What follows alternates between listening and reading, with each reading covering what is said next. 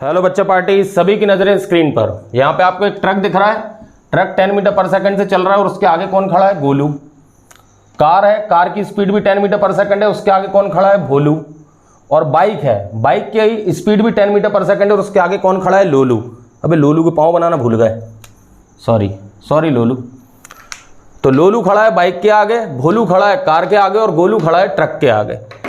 इन तीनों की स्पीड कितनी है? 10 metre per second, 10 metre per second, 10 metre per second.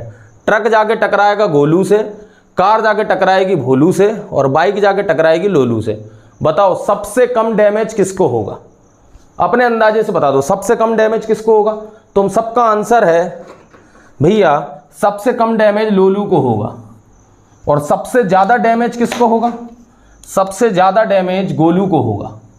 तो मेरा सवाल यह है, जब ट्रक की स्पीड, कार की स्पीड और बाइक की स्पीड, तीनों की स्पीड सेम है, तो इन तीनों को बराबर डैमेज होना था।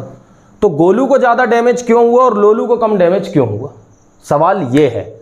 इसी सवाल का आज हम उत्तर ढूंढेंगे, इसी क्वेश्चन का आंसर ढूंढेंगे इस लेक्चर में। इस लेक्चर में हम सीखने वाले हैं मोमेंटम को। मोमेंटम को सीखेंगे और थ्योरी पढ़ने के बाद एक 5 न्यूमेरिकल का छोटा सा बेसिक क्वेश्चन का असाइनमेंट है, इसको अटेम्प्ट करेंगे, जिससे मोमेंटम का कंसेप्ट एकदम बढ़िया सा हो जाए तुम्हारा। ठीक है बच्चा? तो नोट्स बना लीजिए। वैसे मैंने हैंड रिटन नोट्स की लिंक डाल दी है, फिर भी मैं हर वीडियो में ये चीज बोलता हूं, हैंड रिटन नोट्स मैंने जो डाले हैं वो मेरे हैंड रिटन नोट्स हैं। आप अपने हैंड रिटन नोट्स बनाइए, अपनी कॉपी में बनाइए, उससे बढ़िया कुछ नहीं होता। सबसे शानदार चीज वो है। ठीक है बच्चा? तो चलो इस क्वेश्चन का आंसर ढूंढते हैं कि भैया गोलू को सबसे ज्यादा डैमेज क्यों हुआ और हमारे लोलू भैया कैसे बच गए। लोलू भैया बाइक के आगे थे, गोलू भैया ट्रक के आगे थे।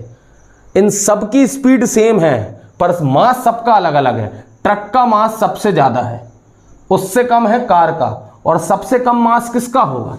बाइक का।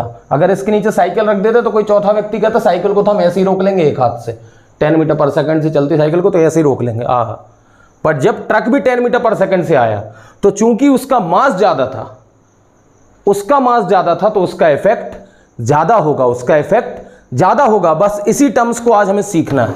तो हेडिंग लगा लो मोमेंटम, और आपको पता चल जाएगा कि गोलू को डैमेज ज्यादा क्यों हुआ है। अभी आपको पता लग जाएगा गोलू को डैमेज ज्यादा क्यों हुआ है। इस लेक्चर के अंत तक you will get the answer.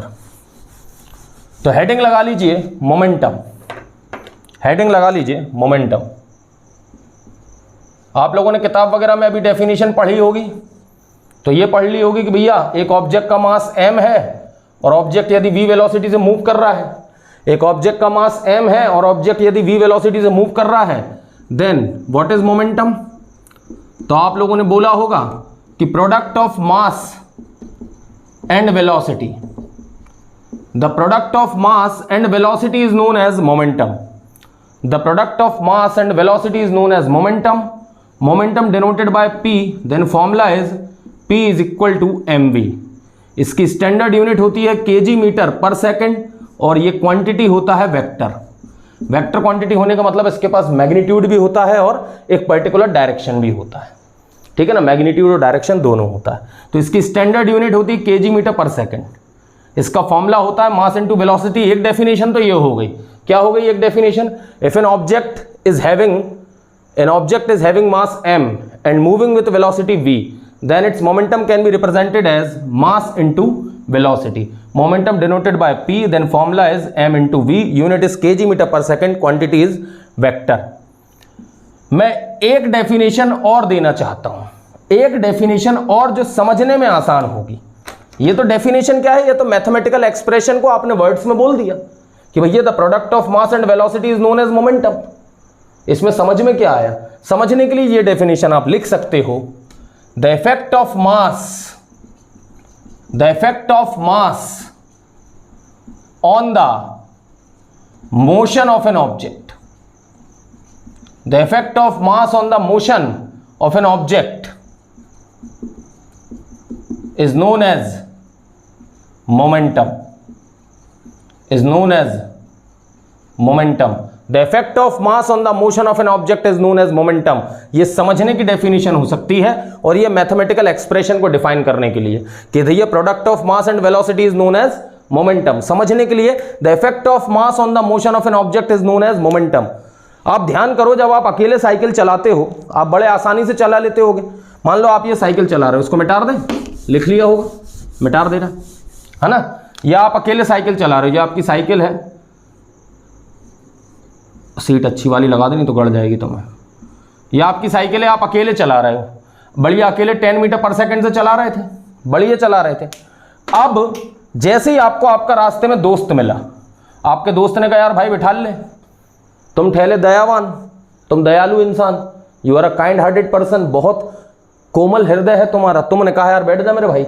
जैसे ही ये व्यक्ति बैठा, अब तुम्हारे सिस्टम का मास क्या हो गया, तुम्हारे सिस्टम का मास इंक्रीज हो गया। अब तुमको यदि यही वेलोसिटी मेंटेन रखना है, अभी भी तुमको यही वेलोसिटी मेंटेन रखना है, जब तुम अकेले थे तो 10 मीटर पर सेकंड से थे, अब तुम्हारा दोस्त भी बैठ गया उसी साइकिल पे, तो सिस्टम का मास इंक्रीज हो गया, सिस्टम का मास इंक्रीज हो गया। अब भी तुमको यही वेलोसिटी मेंटेन रखना है, तो तुमको लगाने वाला फोर्स, जो तुम फोर्स लगा रहे हो, वो लगाने वाला फोर्स क्या करना पड़ेगा, इंक्रीज करना पड़ेगा। तुमको लगाने वाला फोर्स क्या करना पड़ेगा, इंक्रीज करना पड़ेगा। बस यही तो कहता है, यही सेकंड लॉ भी कहता है न्यूटन का, भी अगले लेक्चर में सीखोगे। पर अभी के लिए मैं बता दे रहा हूं कि अभी जब आपका मास अकेला था, आप खुद अकेले थे, 10 मीटर पर सेकंड बड़े आराम से चला ले रहे थे, जैसे ही मास इंक्रीज हुआ, अब आपको ज्यादा फोर्स लगाना पड़ेगा इसी मोमेंटम को मेंटेन रखने के लिए। ये 10 मीटर पर सेकंड वेलोसिटी को मेंटेन रखने के लिए आपको ज्यादा फोर्स लगाना पड़ेगा। That is called the effect of mass on the motion of an object. The effect of mass on the motion of an object is known as momentum. आप tennis की बॉल को आराम से कैच कर लेते हो, वहीं पे लेदर बॉल आए तो लेदर बॉल का मोमेंटम टेनिस बॉल के मोमेंटम के रिस्पेक्ट में ज्यादा होता है। लेदर बॉल का मोमेंटम टेनिस बॉल के रिस्पेक्ट में ज्यादा होता है यदि दोनों सेम वेलोसिटी से आ रहे हैं। तो दोनों सेम वेलोसिटी से आ रहे हैं तो किसको कैच करना आसान होगा, टेनिस बॉल को कैच करना आसान होगा, क्योंकि लेदर बॉल का मास टेनिस बॉल के रिस्पेक्ट में ज्यादा होता है, इसलिए टेनिस बॉल का मोमेंटम ज्यादा होगा। इसलिए अब आप समझ गए होंगे कि शुरुआत में ट्रक की स्पीड भी 10 मीटर पर सेकंड थी, और यहां पे मैंने बनाई थी बाइक की स्पीड भी 10 मीटर पर सेकंड थी। ट्रक के सामने कौन था, गोलू, बाइक के सामने था लोलू। कौन को ज्यादा डैमेज हुआ, गोलू को। यहां लोलू नाच रहा है, टिडिंग टिडिंग बच गए रे, बाइक के आगे थे। यहां लोलू नाच रहा है, गोलू डैमेज हो चुका है, गोलू खत्म। क्योंकि गोलू किसके आगे था, ट्रक के आगे। दोनों की वेलोसिटी तो सेम थी, दोनों की स्पीड सेम थी, पर मास किसका ज्यादा था, ट्रक का मास ज्यादा था, इसलिए ट्रक का मोमेंटम भी ज्यादा होगा। The effect of mass on the motion of an object is known as momentum. ठीक है भैया, आई होप आपने ये नोट्स बना लिए होंगे, लिख लिया होगा। मैं आपको कुछ बढ़िया से न्यूमेरिकल करा देता हूं जिससे ये कॉन्सेप्ट एकदम क्रिस्टल क्लियर हो जाए। भैया न्यूमेरिकल स्टार्ट करने के पहले नोट बना के एक पॉइंट लिख लो, नोट बना के एक पॉइंट लिख लो न्यूमेरिकल सॉल्व करने स्टार्ट करने के पहले। If mass is given in ग्राम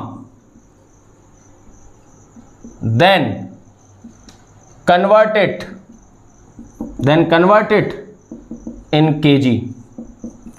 अगर आपको मोमेंटम या इस चैप्टर से रिलेटेड किसी भी न्यूमेरिकल में मास जो है ग्राम में दिया हुआ है, तो आप उसको सबसे पहले केजी में कन्वर्ट कर ले।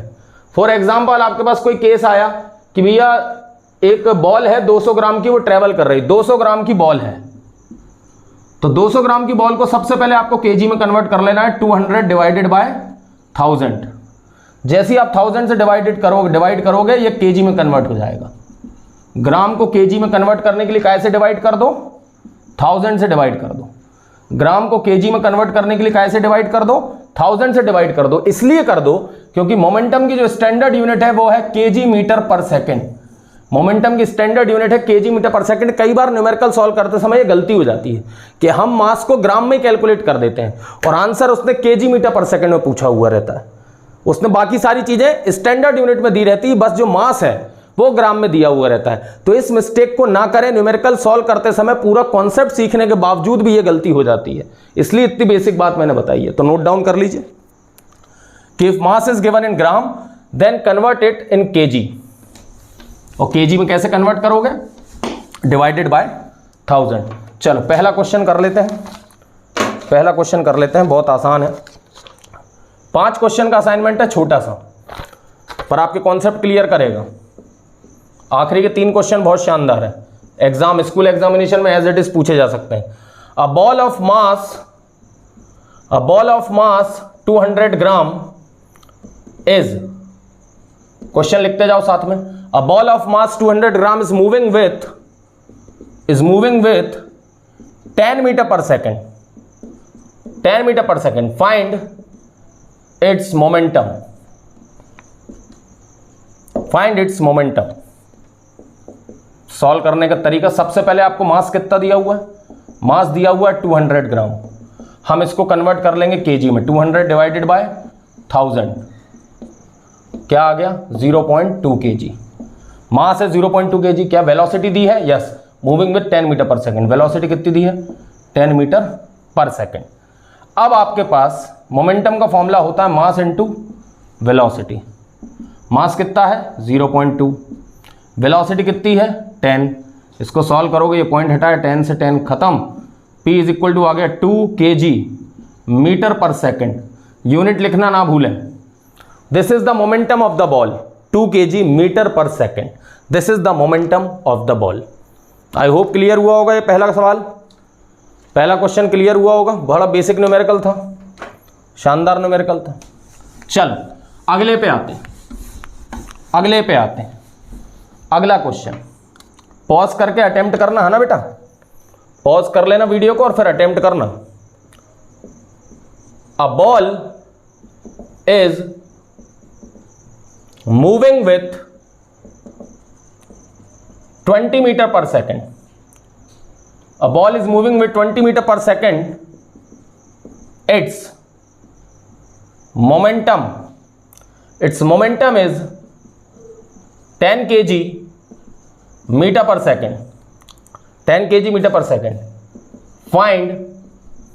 Find mass of the ball, find mass of the ball, ball का मास फाइंड करना है। चलिए कर लेते हैं, देखते हैं क्या क्या दिया है, सॉल्व कर लेते हैं। सबसे पहले डाटा बनाइए, बॉल की वेलोसिटी दी हुई है कितना 20 मीटर पर सेकेंड, बॉल का मोमेंटम दिया हुआ है कितना 10 kg मीटर पर सेकेंड, पूछा क्या है मास ऑफ द बॉल, कैलकुलेट कर देंगे। मोमेंटम का फॉर्मूला क्या होता है, मास इनटू वेलोसिटी, आप लोगों का आ गया होगा। मास हमसे पूछा है, सॉरी यहाँ पे वैल्यू पुट करना है, मोमेंटम कितना है 10, मास पूछा है, वेलोसिटी कितनी है 20, सॉल्व करने पे आएगा m is equal to 10/20, m is equal to 1/2, यानी कि लिख सकते हैं 0.5 kg, 0.5 kg mass of the ball. उस बॉल का मास 0.5 kg आया है, जिसका मोमेंटम है 10 kg मीटर पर सेकेंड और जिसकी वेलोसिटी है 20 मीटर पर सेकेंड। आई होप क्लियर हुआ होगा, आई होप क्लियर हुआ होगा। चलिए आगे बढ़ते हैं, पूरे न्यूमेरिकल कराए जाएंगे, अभी तो एनसीईआरटी के भी कराए जाएंगे, एक्स्ट्रा भी कराए जाएंगे, ओलंपियाड्स की तैयारी भी कराई जाएगी, ठीक है ना, चिंता मत करो, कुछ भी छोड़ा नहीं जाएगा। अब आएंगे भैया बढ़िया न्यूमेरिकल, क्वेश्चन नंबर 3, बढ़िया से लिखना है ना। 2 ऑब्जेक्ट्स, ये स्कूल लेवल के लिए बहुत अच्छे क्वेश्चंस हैं, स्कूल एग्जाम में पूछे जा सकते हैं। 2 objects having masses m1 and m2, ये गिवन है m1 ग्रेटर देन m2, मतलब m1 is heavier than m2, m1 is heavier than m2, are moving with same velocity,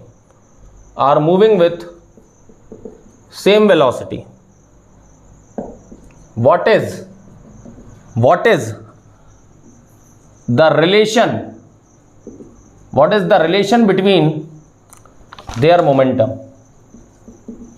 question एक बार फिर से पढ़ लो, what is the relation between their momentum, उनके मोमेंटम में क्या रिलेशन होगा ये आपको बताना है। 2 objects having masses m1 and m2, m1 is greater than m2, मतलब m1 is heavier than m2, m1 भारी है m2 हल्का है, are moving with same velocity, दोनों की वेलोसिटी सेम है।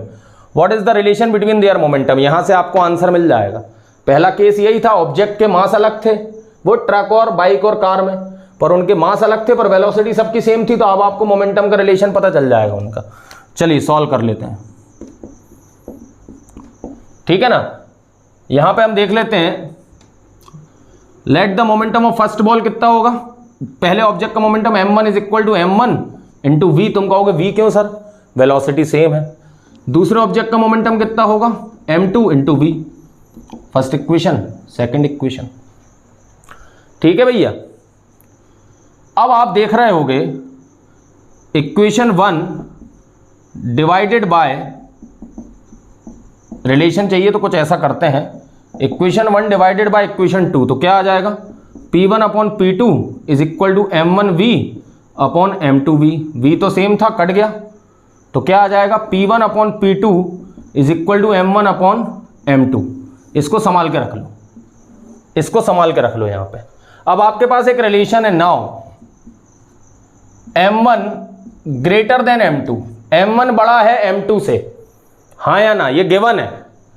M1 ग्रेटर देन M2, ये चीज आपको गिवन है, ये चीज आपको गिवन है, M1 ग्रेटर देन M2। तो अगर जब M2 को नीचे ले आओगे तो M1 upon M2 greater than 1, हाँ या ना। बात सही भी है यार, अगर M1 M2 से बड़ा है तो इनका टोटल जो आंसर है ग्रेटर देन 1 आएगा। फॉर एग्जाम्पल 8/7, अगर कोई 8/7 कोई क्वांटिटी है तो उसका आंसर 1 पॉइंट कुछ कुछ आएगा कि नहीं, मतलब 1 से बड़ा आया। तो अगर numerator is more than denominator तो पूरे डिवाइड का आंसर ग्रेटर देन 1 आएगा, सिंपल मैथमेटिक्स से। यहां देख रहा होगा M1 greater than M1 upon M2 greater than 1 और P1 upon P2 equal to M1 upon M2। तो M1 अपॉन M2 की जगह क्या पुट कर सकते हैं, P1 अपॉन P2। यहाँ पे P1 upon P2 is equal to M1 upon M2 आ गया था, तो P1 upon P2 M1 upon M2 की जगह क्या पुट कर सकते हैं, P1 upon P2 greater than 1, P1 greater than P2। This is the relation between their momentum. Heavier body का मोमेंटम लाइटर बॉडी के मोमेंटम से ज्यादा होगा। अगर दोनों की वेलोसिटी सेम है तो किसका मोमेंटम ज्यादा होगा, हैवियर बॉडी का मोमेंटम ज्यादा होगा। यदि दो ऑब्जेक्ट्स हैं M1 M2 मास के, दोनों की वेलोसिटी सेम है, दोनों की वेलोसिटी सेम है तो किसका मोमेंटम ज्यादा होगा, जिस बॉडी का मास ज्यादा होगा, जिस बॉडी का मास ज्यादा होगा उसका मोमेंटम भी ज्यादा होगा। आई थिंक ये क्वेश्चन क्लियर हुआ होगा। ये था असाइनमेंट का तीसरा सवाल, देख लो, लिख लो कॉपी में पूरा, थोड़ा सिंपल सा मैथमेटिक्स है और कुछ नहीं है। चौथा करते हैं, चौथा क्वेश्चन कर लेते हैं, ठीक है, चौथा क्वेश्चन करते हैं। ये बड़ा इंटरेस्टिंग है। Two objects having masses M1 and M2, two objects having masses M1 and M2, यहां पे भी यही दिया होगा, yes, M1 greater than M2, मतलब M1 हैवियर है M2 से, आर मूविंग विथ वेलोसिटीज, अच्छा वेलोसिटी भी दे दी, V1 एंड V2। दो ऑब्जेक्ट हैं, उनके मासेस हैं M1 and M2, M1 greater than M2 है and are moving with velocities V1 and V2। V1 और V2 का कोई रिलेशन नहीं दिया।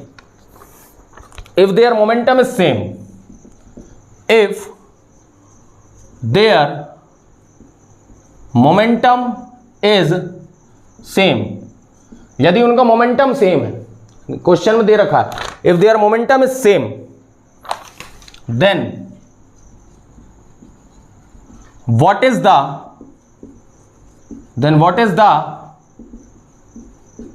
relation between their velocity? Then what is the relation between their velocity? उनकी velocity के बीच में क्या रिलेशन होगा यदि मोमेंटम सेम है तो। चलो कर लेते हैं, आसानी होगा। Two objects having masses M1 and M2, M1 is greater than M2, ये गिवन है।